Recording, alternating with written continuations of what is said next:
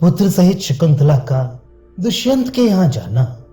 वैशंपायन जी कहती हैं, राजा दुष्यंत ने अपनी रानी और पुत्र को बुलाने के लिए जब किसी भी मनुष्य को नहीं भेजा, तब शकुंतला चिंतामग्न हो गई।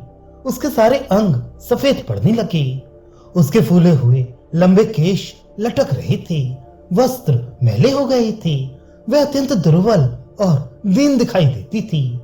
शकुंतला को इस दयनीय दशा में देखकर कर्ण मुनि ने कुमार सर्वदमन के लिए विद्या का चिंतन किया।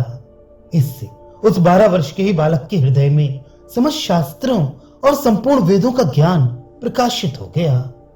महर्षि कर्ण ने उस कुमार और उसके लोकोत्तर कर्म को देखकर शकुंतला से कहा, अब इसके युवराज पद पर अभिषिक्त होने का समय आया है। मेरी कल्याणमयी पुत्री, मेरा यह वचन सुनो। पवित्र मुस्कान वाली शकुंतले, पतिव्रता स्त्रियों के लिए यह विशेष ध्यान देने योग्य बात है, इसलिए बता रहा हूं। सती स्त्रियों के लिए सर्वप्रथम कर्तव्य यह है कि वे मन, वाणी, शरीर और चेष्टाओं द्वारा निरंतर पति की सेवा करती रहें। मैंने पहले भी तुम्हें इसके लिए आदेश दिया है। तुम अपने इस व्रत का पालन करो। इस पतिव्रतोचित आचार व्यवहार से ही विशिष्ट शोभा प्राप्त कर सकोगी। भद्रे, तुम्हें पुरुनंदन दुष्यंत के पास जाना चाहिए। वे स्वयं नहीं आ रहे हैं। ऐसा सोचकर तुमने बहुत सा समय उनकी सेवा से दूर रहकर बिता दिया। शुचि स्मृति, अब तुम अपने हित की इच्छा से स्वयं जाकर राजा दुष्यंत की आराधना करो। वहां दुष्यंत कुमार सर्वदमन को युवराज पद पर प्रतिष्ठित देख तुम्हें बड़ी प्रसन्नता होगी। देवता, गुरु, क्षत्रिय, स्वामी तथा साधु पुरुष इनका संग विशेष हितकर है। अतः बेटी, तुम्हें मेरा प्रिय करने की इच्छा से कुमार के साथ अवश्य अपने पति के यहाँ जाना चाहिए।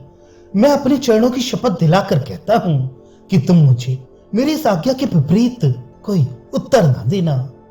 वैशंपायन जी कहती हैं, पुत्री से ऐसा कहकर महर्षि कर्ण ने उसके पुत्र भरत को दोनों बाहों से पकड़कर अंक में भर लिया और उसका मस्तक सूंघकर कहा। कर्ण ने कहा, बस चंद्रवंश में दुष्यंत नाम से प्रसिद्ध एक राजा है। पवित्र व्रत का पालन करने वाली ये तुम्हारी माता उन्हीं की महारानी है। ये सुंदरी तुम्हें साथ लेकर अब पति की सेवा में जाना चाहती है। तुम वहां जाकर राजा को प्रणाम करके युवराज पद प्राप्त करोगी। वे महाराज दुष्यंत ही तुम्हारे पिता हैं। तुम सदा उनकी आज्ञा के अधीन रहना और बाप दादे के राज्य का प्रेम पूर्वक पालन करना। फिर कर्ण शकुंतला से बोली, भामनी शकुंतले, ये मेरी हितकर एवं लाभप्रद बात सुनो। पतिव्रता भाव संबंधी गुणों को छोड़कर तुम्हारे लिए और कोई वस्तु साध्य नहीं है। पतिव्रताओं पर संपूर्ण वरों को देने वाले देवता लोग भी संतुष्ट रहते हैं। भामनी, वे आपत्ति के निवारण के लिए अपनी कृपा प्रसाद का भी परिचय देंगे। शुचि स्मृति, पतिव्रता देवियां पति के प्रसाद से पुण्य गति को ही प्राप्त होती हैं, अशुभ गति को नहीं। अतः तुम जाकर राजा की आराधना करो। फिर उस बालक के बल को समझकर कर्ण ने अपने शिष्यों से कहा, तुम लोग समस्त शुभ लक्षणों से सम्मानित मेरी पुत्री शकुंतला और इसके पुत्र को शीघ्र ही इस घर से ले जाकर पति के घर में पहुंचा दो। स्त्रियों का अपने भाई बंधुओं के यहाँ अधिक दिनों तक रहना अच्छा नहीं होता। वे उनकी कीर्ति, शील तथा पातिव्रत्य धर्म का नाश करने वाला होता है। अतः इसे अविलंब पति के घर में पहुंचा दो। वैशंपायन जी कहती है, जन्मेजय, कश्यप नंदन कर्ण ने धर्मानुसार मेरे पुत्र का बड़ा आदर किया है। ये देखकर तथा उनकी ओर से पति के घर जाने की आज्ञा पाकर शकुंतला मन ही मन बहुत प्रसन्न हुई।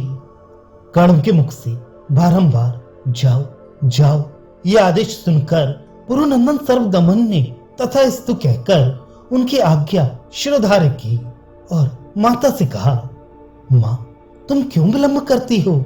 चलो राजमहल चले।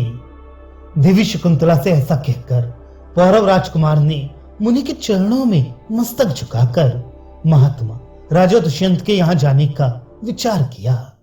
शकुंतला ने भी हाथ जोड़कर पिता को प्रणाम किया और उनकी परिक्रमा करके उस समय ये बात कही, भगवान काश्यप आप मेरे पिता हैं, ये समझकर मैंने अज्ञानवश यदि कोई कठोर या असत्य बात कह दी हो अथवा न करने योग्य या अप्रिय कार्य कर डाला हो तो उसे आप क्षमा कर देंगे। शकुंतला के ऐसा कहने पर सिर झुकाकर बैठे हुए कर्ण मुनि कुछ बोल ना सके। मानव स्वभाव के अनुसार करुणा का उदय हो जाने से नेत्रों से आंसू बहने लगे।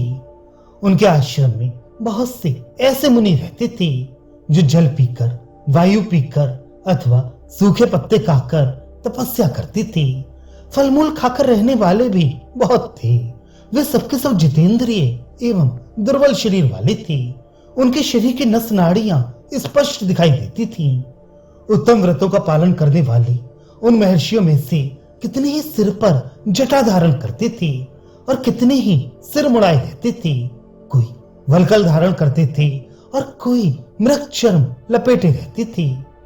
महर्षि कर्ण ने उन मुनियों को बुलाकर करुण भाव से कहा, महर्षि ये मेरी यशस्विनी पुत्री वन में उत्पन्न हुई और यहीं पलकर इतनी बड़ी हुई है।